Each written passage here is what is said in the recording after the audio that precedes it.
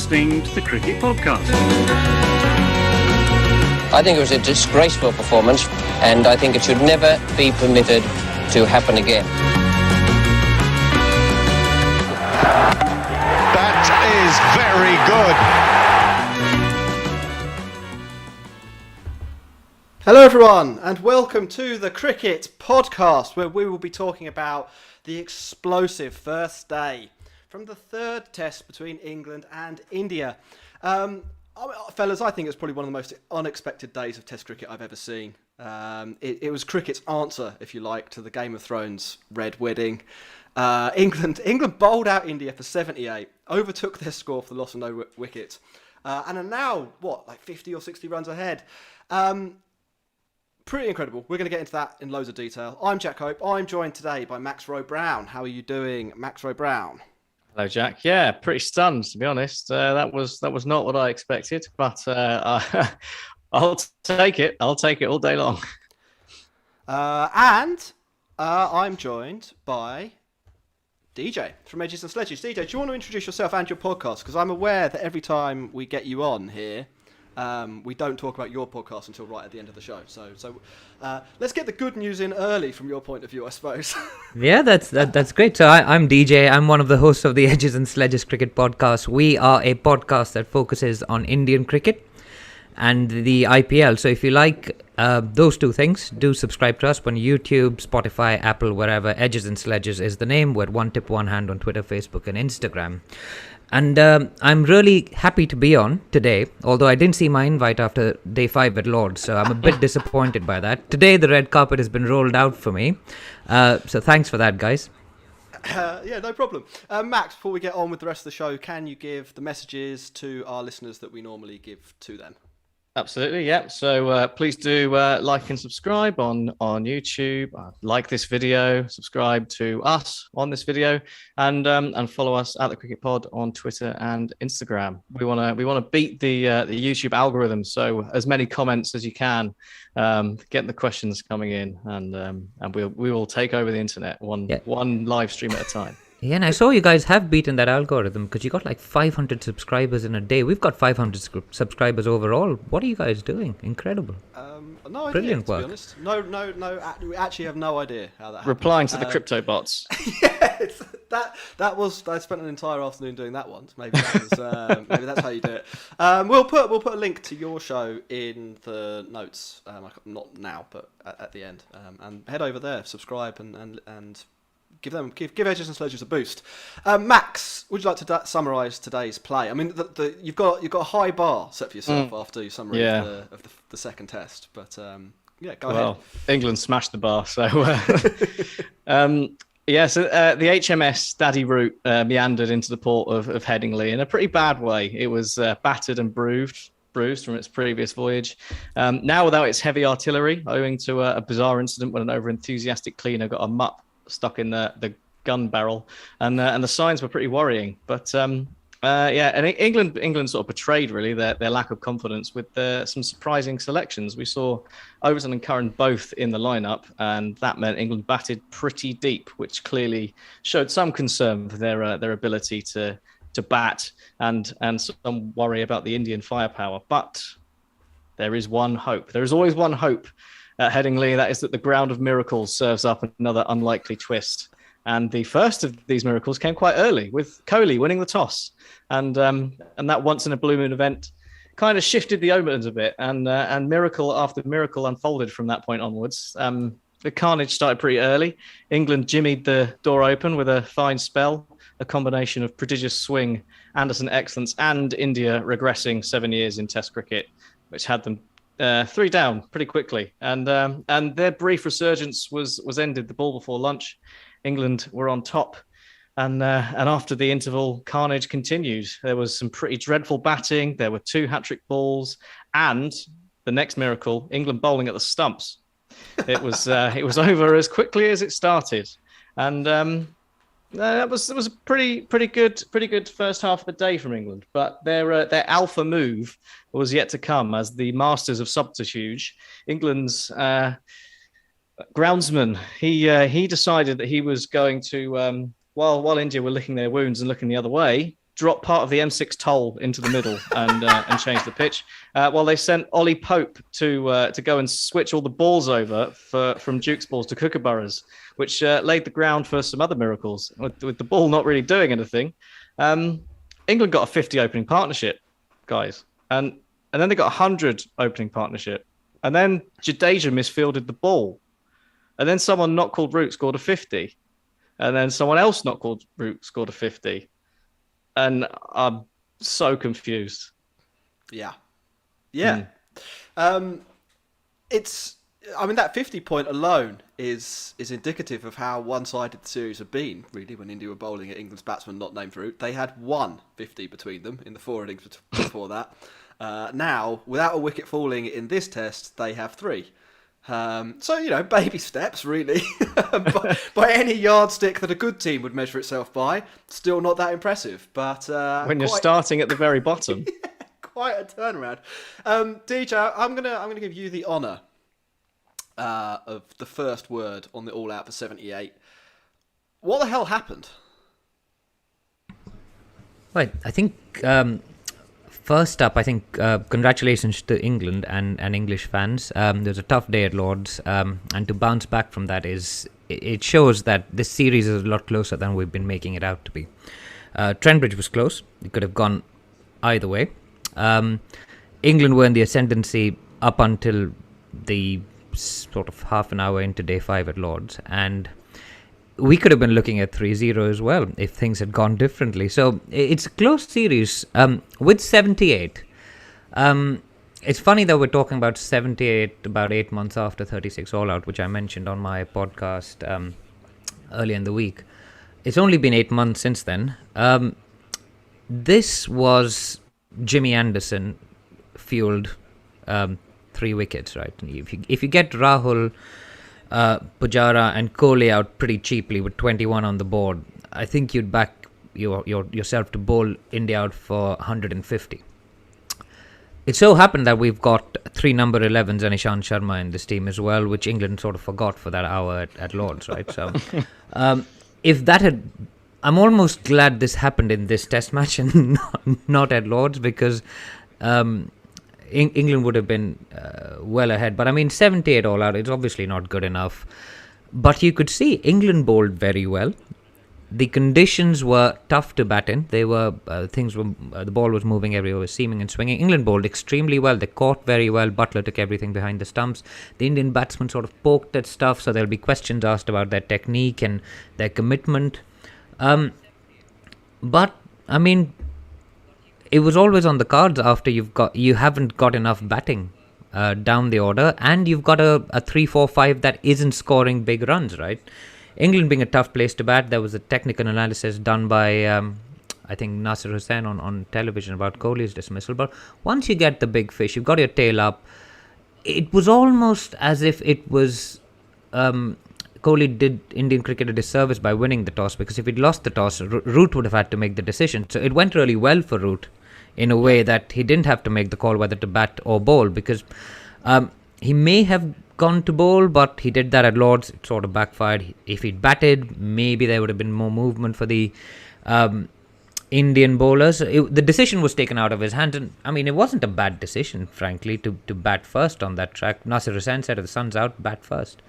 So 50-50 on that front. The execution from India was poor, but brilliance of Anderson. He's a great bowler. He might be grumpy and mouthy and all that. He's a great bowler. There's no doubt about that. He's a fantastic bowler, and he showed that again today, picking up Kohli for the second time this series.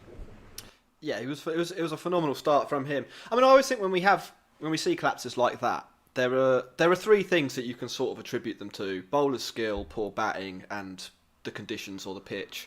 And I think we probably saw, to some extent, all 3 of those combined to create a bit of a perfect storm. And probably there's a 4th one here: luck. There's a fair amount of luck involved in taking 5 wickets caught behind for your first 5 wickets of the match, all within 20 overs. That plays a big role. But you've also got to bowl the length for the ground, which is Yeah. what the English bowlers did really well. They pitched it up a little bit fuller than the other grounds they play at, and it's about knowing your conditions and exploiting them. So, I mean, again, we must give credit to the English bowlers for what they did. They bowled brilliantly. They learned from their mistakes at Lords, even with the tail, and it was, I mean, masterclass, man. Yeah. Yeah. I mean, I think Really good. breaking those points down a little bit further, you saw in terms of bowler skill, the England bowlers got more swing. They bowled the Headingley length, if you like. They laboured this point a lot on the Sky Sports commentary that you have to bowl 6 metres and 30 centimetres from the stumps to be bowling optimally. And Addison's second wicket was exactly 6 and metres they and nailed 30 it. They nailed centimetres. it. They got 2 degrees of swing. India managed 1 degree. I think there's some other reasons for that, but it's more they extracted 70 play and misses in 244 balls from India. That's the most they've managed at home since Lords 2018, I think. Then if you look at poor batting, we can go into this in a little bit more detail in a moment, but I think KL Rahul, Rohit, Kohli and Pant were all to some extent culpable in their own downfall. And then when you've got a tail that begins at 8 and is bad at 8. I mean, you know, Ishant Sharma's not as bad as the other 3 probably, or Shami and Sharma probably aren't as bad as the other 3. And Shami came up again over Ishant for whatever reason that was. Just unbelievable. But then I think the conditions, we probably should give a nod to them as well. Part of the reason I think India got less swing, and if you look at the other 2 matches in the series, the gruesome foursome doesn't quite work, does it? Gruesome foursome. Fearsome foursome. Fearsome foursome that the India have been playing with have matched England in terms of swing. I think today though, you saw after lunch, the ground heated up, and basically the conditions just became less conducive for swing. So even if India had bowled as well, which I don't think they did, I think they were quite substantially worse than England today in the bowling department. Even if they had, they were unlikely to have seen as much movement as England managed to extract. So, you know, that all comes together, and you hit everything. You're in a lot of trouble. It was pretty brutal. Max, coming over to you. We talked, or I mentioned there that the conditions got a little bit better later in the day. I thought, I sort of said to you in our group WhatsApp that if India made it to lunch 3 down, they probably had done okay in the morning. Yeah. That little spell just before lunch to pick up, who was it, Rahane, and then the 5 wickets for 13 runs after lunch. We'll probably look back on that as, let's be honest, the determining factor who won this match. Yeah, I think so. But I think it's something it's what we've looked at with the India lineup. It's kind of something that's been threatening for, well, I don't know, maybe it hasn't actually been threatening as much as it should have. When you look at what's on paper, you look at that bottom 4 and you think that should happen once you have India 6 down. They shouldn't be scoring many runs afterwards. So that's the kind of thing I think you alluded to, DJ, in that you're glad it happened now and not at Lords. And I think it may well be a catalyst for changing the lineup a bit. It may well be a catalyst for Ashwin coming back. Now England have got a bunch of left-handers in their side, and I think it could be a key moment. But I think, to be honest, it's the damage was done up top, wasn't it? And I think that just early morning of play where England got the better of the conditions and exploited them properly. That's the key as well. Like there's having the conditions, then there's using them properly. England knew how to use them properly, and they put that into practice really well for once. And I think there's also possibly something that I kind of picked up on was, if you think about the Lord's Test, there was still England bowled first because they thought, okay, we've got a chance here with these conditions to get a load of wickets. And the ball was moving around and there were lots of plays of misses, but the edges weren't being taken. And part of that is luck, and part of that is the way that the openers for India played it. And today they were pushing at the ball more than they were at Lords. And that's sort of, that's where some of the luck comes in and some of the way you actually approach the game comes in. I don't know if there's something in there of India being too fired up with the bat, which isn't necessarily a good place to be in. A bit of hubris in there as well, DJ. I mean, I don't know I don't. Obviously, we don't follow Indian cricket as closely. We're very much coming at it from the England point of view. Were India overconfident, maybe, in terms of what they thought they could do?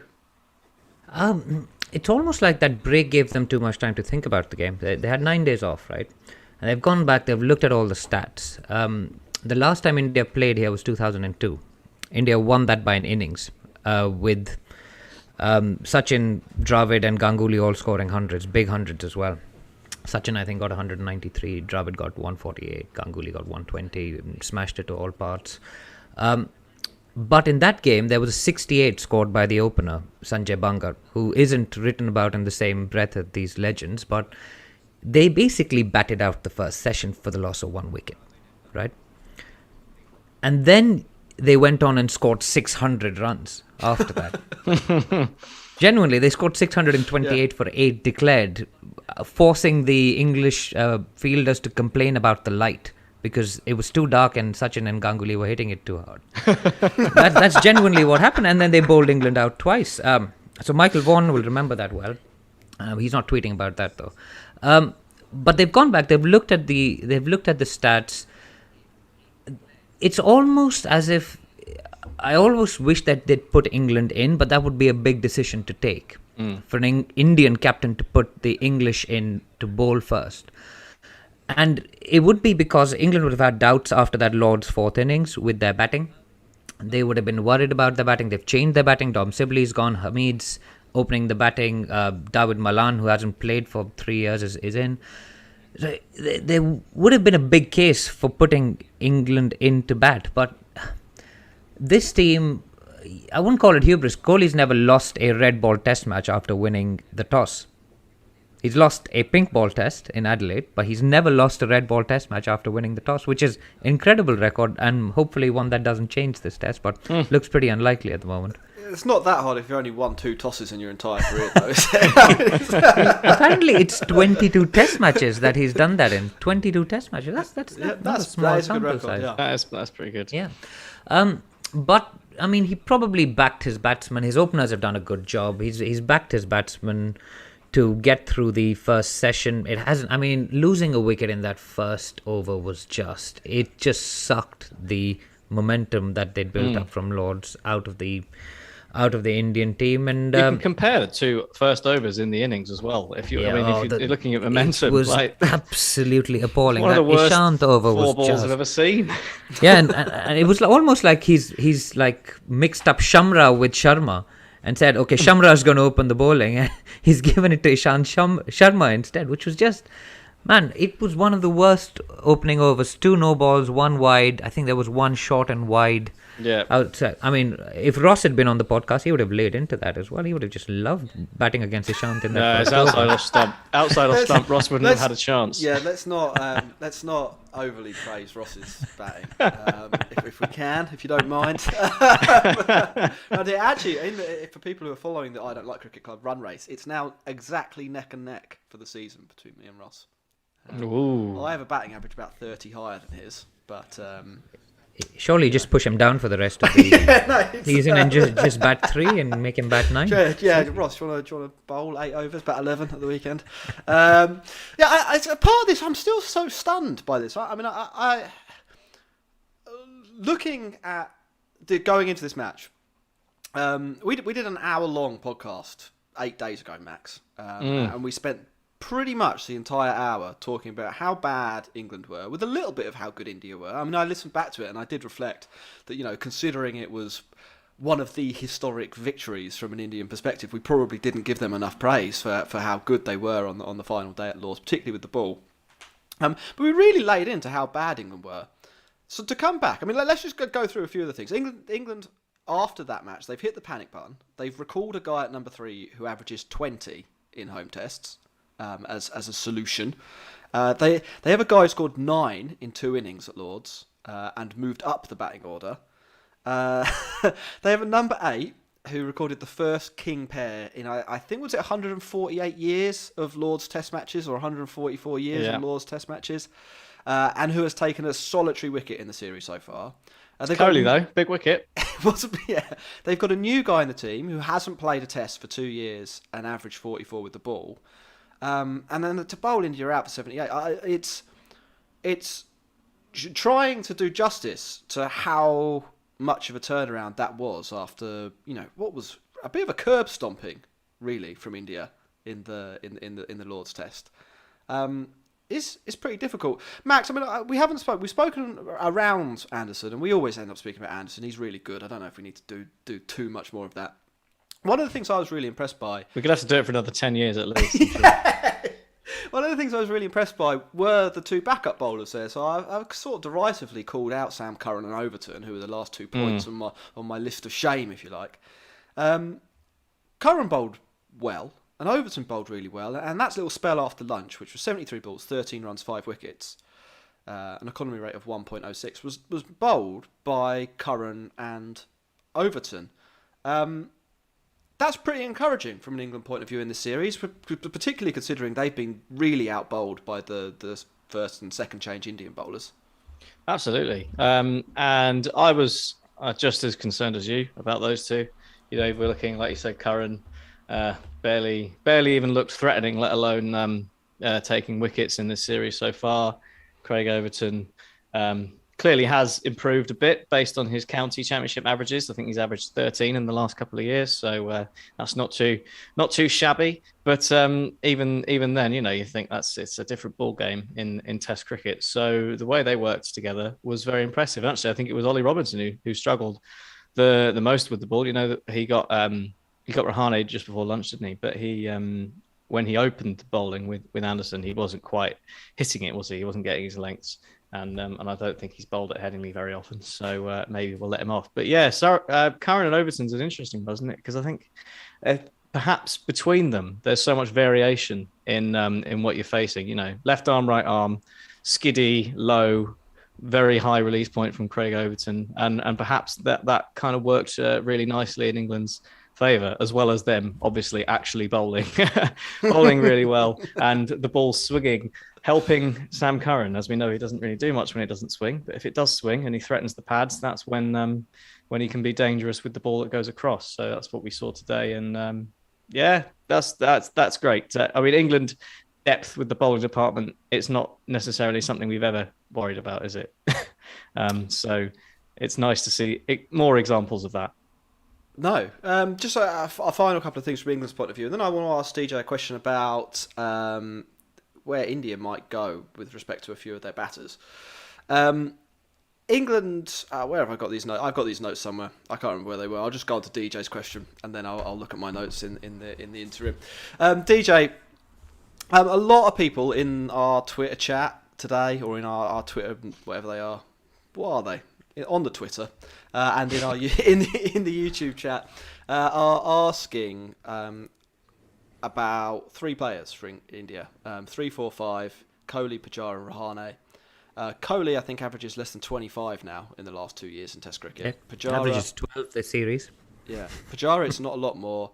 Rahane's 21 this year, 38 the year before, so a little bit better in 2020. Although I'm not sure too much Test cricket was played. They're all in their mid-30s. Do India maybe need to look at someone else here? I see Shreyas Iyer's name batted around a lot as a potential call-up. Or are these just 3 great players having a little bit of a slump? So I think it is one great player having a slump and 2 very good players having a slump. But I mean, let's talk through the options, right? You've got Mayank Agarwal. He's got credentials in the Test game, averages, I think, about 40. You've got Surya Kumar Yadav, who plays for the Mumbai Indians, has made it into the limited overs side. He's in England. You've got Prithvi Shaw waiting in the wings. He's got a Test match 100 on debut. You've got Hanuma Vihari, who scored runs, got a Test 50 on debut at the Oval the last tour. He's also scored that match-saving innings at Sydney. And I'm probably forgetting 2 or 3 other names that are there. Abhimanyu Ishwaran is the backup opener. Obviously, you've got Shreyas Iyer, as you mentioned, but he hasn't made it into the squad as yet. And there will be others that are knocking on selection. With 3, 4, 5, what we must also recognise is India has played some fairly tough home series on slightly bowler-friendly tracks. spinning tracks, I would say. So they're not tracks which we laid out in 2017, 2016, where Kohli scored 230 at the Wankhede, right? They went down a different track there, so the averages are lower because of that as well, so they're not inflated by the home advantage, so to speak, with the flat decks. Kohli didn't go to Australia, where he historically did well. He scored a lot of runs in Australia. Pujara did okay in Australia. Rahane scored that 100 in Melbourne. But it's a different ball game when you're batting in England. It is actually the hardest place to bat in the world. I think it's literally a different ball to begin with. Yeah, it's literally a different ball. You've got the Duke's ball; it moves everywhere. You've got bowlers that have grown up bowling with it. They know how to take wickets. You've got fielders behind the bat, slips, taking catches, gullies taking catches. So it's a very different game. Even Kohli had to design his game around coming to England and trying to score runs here. That sort of unraveled, as we saw on the technical analysis. I don't see India changing this lineup in this series. I think they've got this series, barring injury. I don't see them changing this lineup until there's an injury, basically, because Pujara served them well. Rahane is the vice captain. He had that Lord's 50 recently. He scored that 100 at the Melbourne Boxing Day Test match. I mean, frankly, you can't say a guy is going to score, going to be your next Test captain, and then 5 months later say he's got to be out of the team. I mean, it doesn't quite make sense. Now, the other problem is with Indian cricket fans is we are an emotional lot, as your chat and your live chat will tell you that. At the moment, everyone is an armchair expert. Everyone knows what Kohli should be doing. He should be practicing in the nets, what he needs to do with his foot, that shot selection. But, I mean, how are we criticizing these players' shot selection? If you have Jimmy Anderson with 630 test wickets bowling at you, and you have a fraction of a second to pick the line of a moving delivery that's going to hit the seam and then move again, I mean, you make the decision then, and you've got to trust that these guys are making the right decisions. They're just out of form. So actually, they lack commitment or courage. That is what I was actually so impressed with Rohit Sharma this morning. And he was the one batsman this morning who looked actually completely untroubled by everything, and then he went and did that absolutely nonsense pull shot to mid-on, which was just criminal. But I mean, that's just a pull shot you play when you've forgotten how to score runs, where you've just been blocking everything, and then you suddenly get a short one, and you're like, muscle memory kicks in, and you try to smash it, and you just get stuck. Yeah, maybe. Like it was a club dismissal, 100%. Trying to pull all the time in club cricket because they don't know how to pull, and they've just seen a short ball. Unfortunately, Rohit Sharma knows how to pull. But I mean, I was just looking at I was looking at Anderson bowling at Rohit Sharma, and the speed the ball was angling in off stump and then tailing away at the last minute, and he was just like, leaving that. Yeah, that was phenomenal. I have to say. He was clearly picking the ball out of the hand, or like immediately spotting the seam position the moment it left the hand. And I genuinely was absolutely stunned by how well he was leaving the ball in that session. And he was great at all the stuff in the channel on off stump and just outside on fifth stump. But when he bowled him a full toss or a half tracker, he miscued the full toss to cover, and then he hit the half tracker to mid on, because it's just when you've gone into your shell and you're looking at that spot on the pitch and you're expecting everything to come there, and he just hasn't picked it up. And, he got sib lead. Yeah, he's got the sib lead. Yeah, there's just on that point. There's a famous moment in Mark Ramprakash's career against Glenn McGrath away in Australia where he plays a forward defensive to a beamer.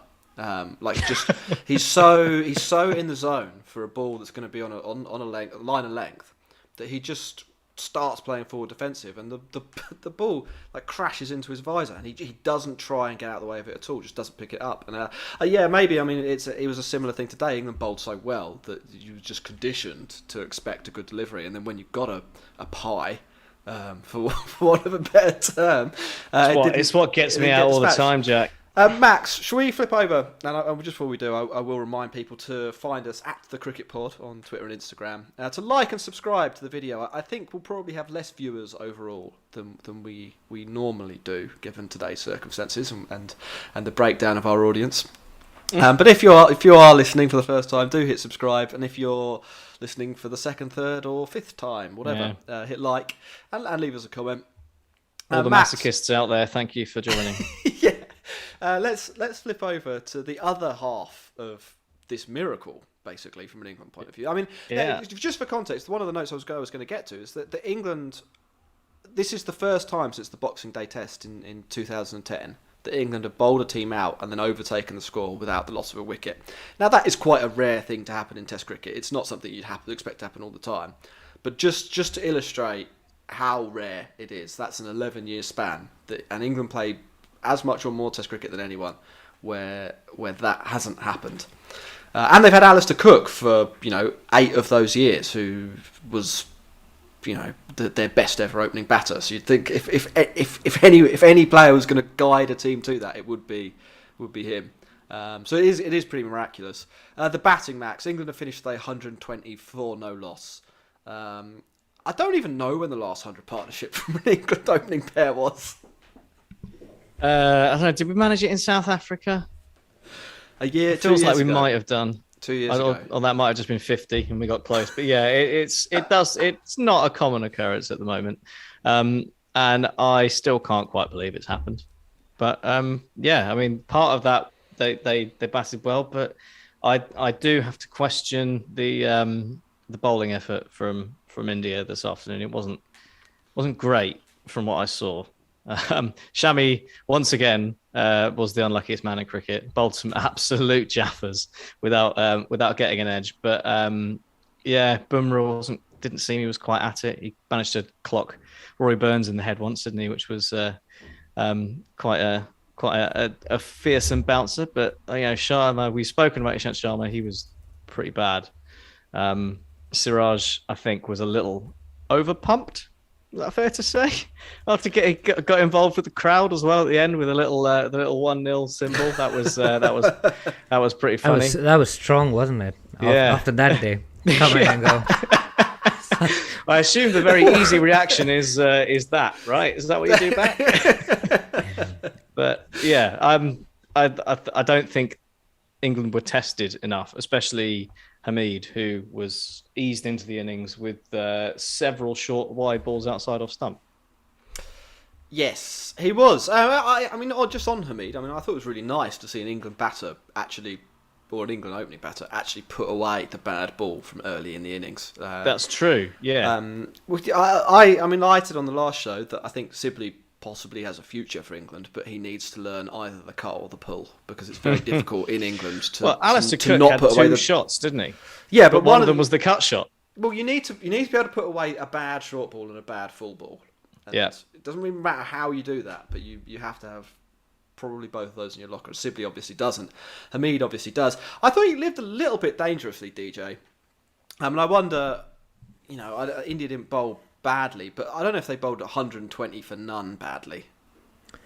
So he was dropped once by Rohit, which didn't help. Bumrah's mood, I'm sure. But you can see how they're going to get him. And he batted beautifully. He put away the straight one through mid-wicket. But that is, I mean, if he's absolutely plumb if he misses any of those, because he plays around his front pad. He's got a big back lift. There were a few which you felt like the first innings dismissal at Lords that may have just sneaked through. He's a little bit late on some of them. So I think as he plays more international cricket, bowlers will eventually work him out. And that's how international cricket goes, because batsmen need to evolve along with bowlers working out how to get them out. I mean, he batted beautifully. He's one of the... he looks like somebody that doesn't get involved with the sledging and the all the drama that goes on around the cricket. He looks like he's just there for a good time. Yeah, he just looks like he's there to play cricket, and he seems like quite a nice, calm character. He's like an excited puppy after the ball in the field as well. So yeah, I quite like Hameed. I mean, it's nice to see him back in England colours after 4 or 5 years after that fantastic breakthrough tour he had in 2016 as a 19-year-old. But I mean, happy for him doing well. He's good to watch. I mean, he's the anti-Sibley almost, because you can see how he's going to score his runs, and it's pretty to watch. It's nice. So I enjoyed that. Rory Burns, not so much, but he was solid. I mean, I don't think I've seen Burns look that solid for a while, and he was averaging less than Bumrah for a while in the series. Yeah. Well, I thought it was good from Burns as well. Burns is a really weird one, I think, because he looks very out of his depth until he faces about 50 balls, which is quite a lot of balls for a top order batter to face before they start to look comfortable. Well, then when he looks comfortable, he looks. This is obviously an exaggeration, but it's Steve Smith-esque in that he does sort of weird things to score runs, and once he is comfortable, he looks like the kind of bowler where it's not obvious what the plan should be to him at that stage. Until he gets to about 50 balls, though, just lob it up there. Like he'll probably make a mistake. And he left really well as well. Actually, he left some very close to his off stump, which shows that he's got good judgment. So. Quite impressed by Burns, and England would have been hoping he did that in the last Test match. I think Burns will benefit from not batting with Sibley, not necessarily from the strike rate point of view, as much as he will benefit from the strike rate point of view, but from the fact that there aren't now two England openers with weird techniques. Because boy, do we love a discussion about a guy with a weird technique. And when it doesn't work, you then immediately go to, it's because he bats really weirdly. But actually, if you looked at, I think there was a cover drive he played today. You know, all the stuff beforehand was really weird, but the cover drive was perfect, textbook, MCC textbook cover drive. And you can see that he's got that. It's just the way he gets there is a bit weird. So maybe 50% less weird technique will mean 50% less conversation about weird technique and a little bit more appreciation of actual batting. And what Hameed helped him was strike rotation, which Sibley didn't do. Definitely. They ran brilliantly drop between and runs. The stump, drop and run. It was, and it's left hand, right hand, so that would have thrown the lines and lengths off. I thought, brilliant opening partnership. No, they're probably with maybe 10 reasonably quick singles, which were defensive shots with an open face or a closed face, just to manipulate the field and to rotate that strike. The wheels came off for India as well. We talked about that drop or half drop from Rohit. It wasn't like in the bread basket necessarily, but well, he's got a big bread basket. So. But even Jadeja let one go by for 4 runs, which seen it all now. He's just saving it up for his Stokes-esque third innings. That's if there's one man I want to do it, it's Jadeja. I tell you. DJ, you might want to put things on mute now, because I'm just going to go through the win probability. India started the day about 55% favourites to win this match. They finished it with a 3% chance of victory. England are 90% favourites for this game. Would anyone quibble with those stats? Or not really stats, are they? So prediction. I love this. Is this WinViz or WinPredictor? This is the Google one. Whatever? I don't like CricViz's one. I think I can't bet any of them. It's like the guy who walks into the room and asks who's winning. What's the point of that? It's the worst stat possible. It annoys me so much. Every time I see like the WinPredictor, WinViz or whatever that come up, I'm just like, what's the point of this? Why are we watching it? And we're watching it because we enjoy sport. Especially when you get them like 5 overs into a T20 and you're like, someone's taken a wicket. It's now gone 30% in the other direction. It's absolutely ridiculous. What would India's win predictor have been at the start of Lord's Day 5? But probably 10%, 12%. It was about 15%. Gabba would have been similar. It's just nonsense. I find it absolute nonsense. I find it so hard not to tweet at the CricViz guys. You just need to get rid of this shit. It's like the old guy who's walked in and said, who's winning? Oh, this team's winning. Oh, it doesn't make any sense. Well, that answers that. We've got a few questions. And then we'll wrap up the show. I think we all think England are going to win from here, but barring some kind of... It is Headingley, 500 to 1. Yeah, no, it's the place. It's the place for it. Place for miracles. Yeah, if India have a really good morning, maybe, or if it rains. Yeah, I think they need 10 wickets for like 120.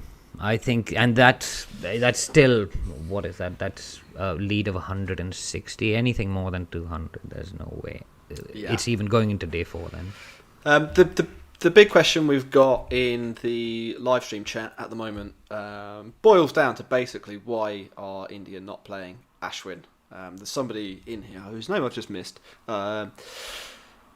Akash, who says not playing Ashwin's a little bit like England not playing Anderson. To what extent do you agree with that, DJ? And would Ashwin be in your team?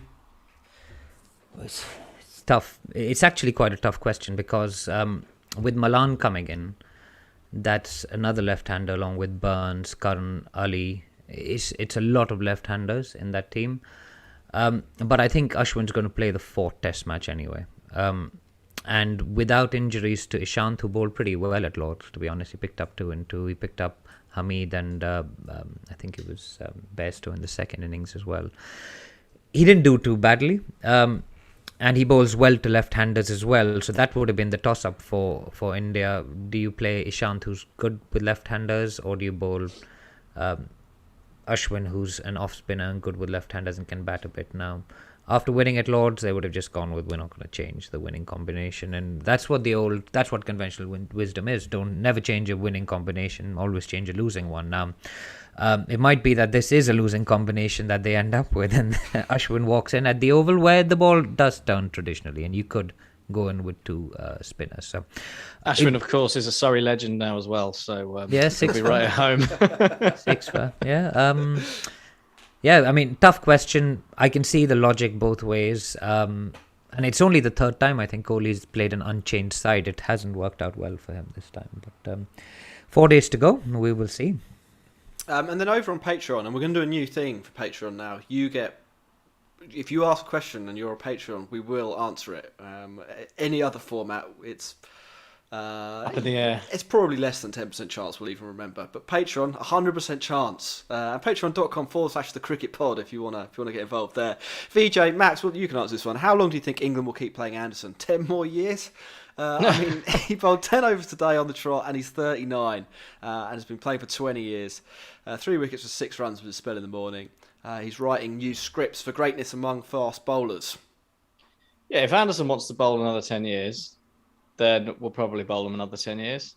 I think the ball is entirely in his court at this point. And he's not the kind of guy who's going to outstay his welcome either. He is ultra competitive. We don't know that though, because he's very welcome at the moment.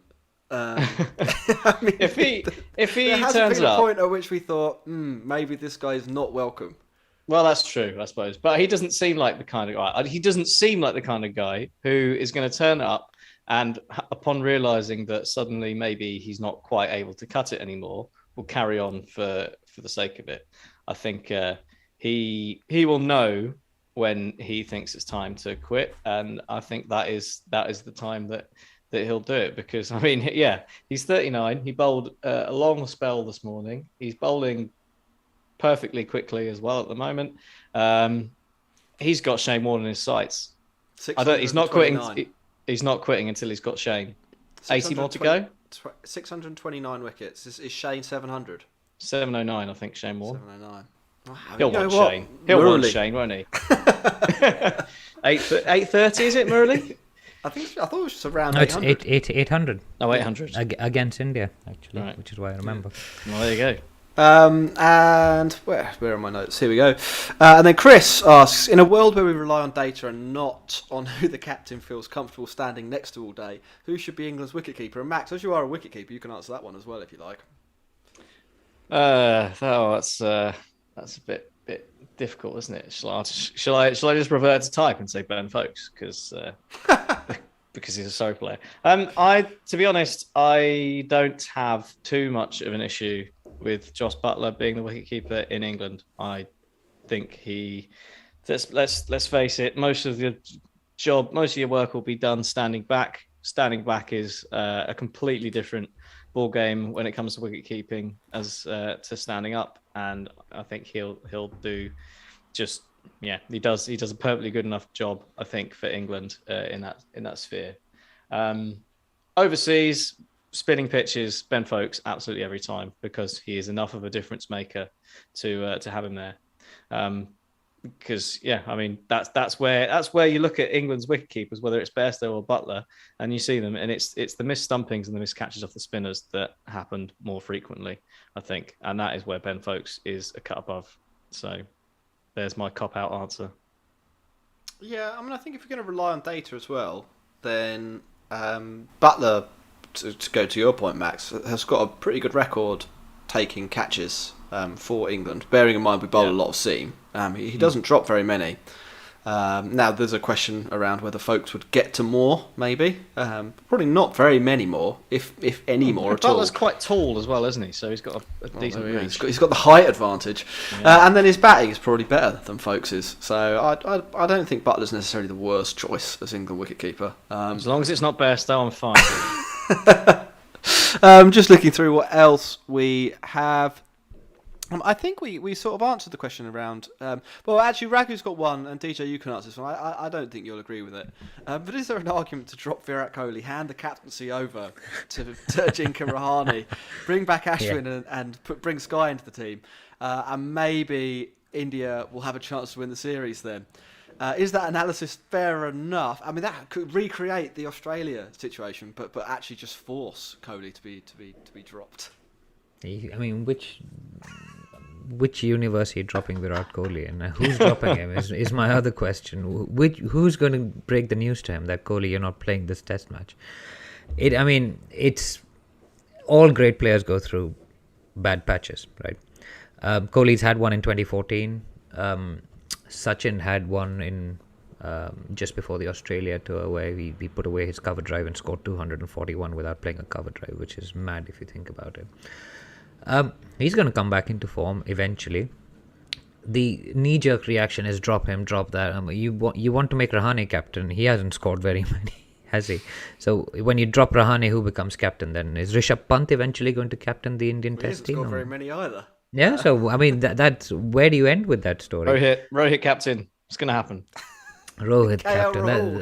KL Rahul. King legend who hasn't got another 50. But I mean, it's not a great idea trying to drop your captain. I mean, he's just led you to a win at Lord's. It's been a famous win. He's India's most successful test captain. It's a team that's built in his own image, for better or for worse. And when there's a great article, actually, there's two articles that were written about Kohli just before this test. One was by Ben Jones at CricViz. I don't think he's involved with WinViz, but he wrote a really good article about Kohli's technical changes. And the other one was by Aninder Datta saying when Kohli hangs his boots up, that's when the Indian cricket fan will realise how great he actually was. And I think his legacy will only be recognised once he stopped playing and the drama has gone out of his Kohliness, effectively. Yeah, I think I sort of agree with that, and I genuinely sincerely hope that he does win a major tournament with India, just to sort of rubber stamp that legacy, if you like. Be that the World Test Championship or the T20 this year or the World Cup this year. As long as it doesn't come at England's expense, I suppose, in a final. Because I do think, to some extent, he's been the heel in wrestling terms for long enough now on the international game, and probably because he is the heel, people haven't recognised how good he actually has been over a decade and a bit, basically. and he's a different kind of heel from a Ricky Ponting, for example, who would claim bump balls and catches and tell the umpires the ball is carried when it hadn't clearly and it hit the ground. Kohli doesn't cheat. That's the difference. And so while he may be the pantomime villain, and he sledges everyone and he has words and he does go over the top, there is no doubt about that. He does go over the line sometimes. He takes on umpires, opposition. It's not pleasant viewing, but I mean, his greatness is unquestionable, and calls for dropping him are just ridiculous. He's not Mark Taylor that you can say, okay, we'll get another opening batsman. He's Virat Kohli. He runs the world game. Let's be honest, that's what it is. Who's going to send him that text saying, you know what, we're giving the captaincy to Rohit or Rahane, and you're going to have to watch the next one from the balcony. He'd just laugh at you.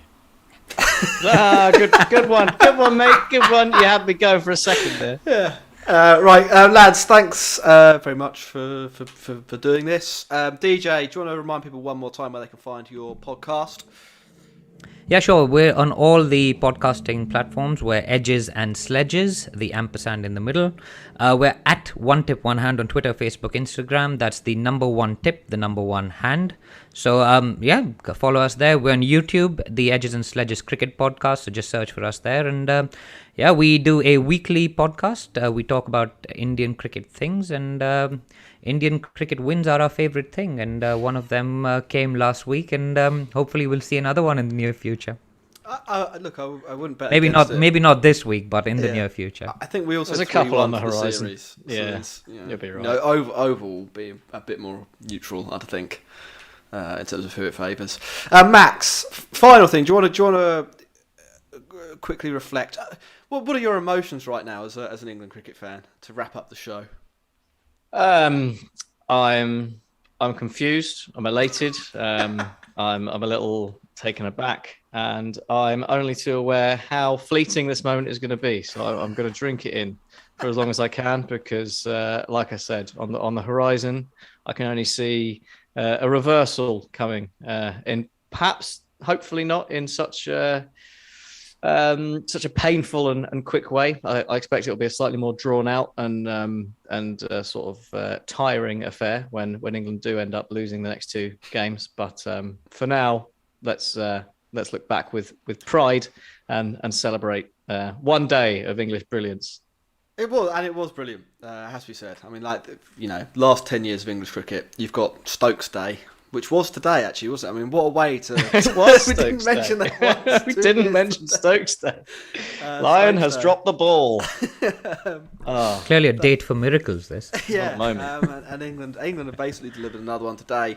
We will be back tomorrow. Max, you're going to be speaking with Dan Weston. That should be really good fun.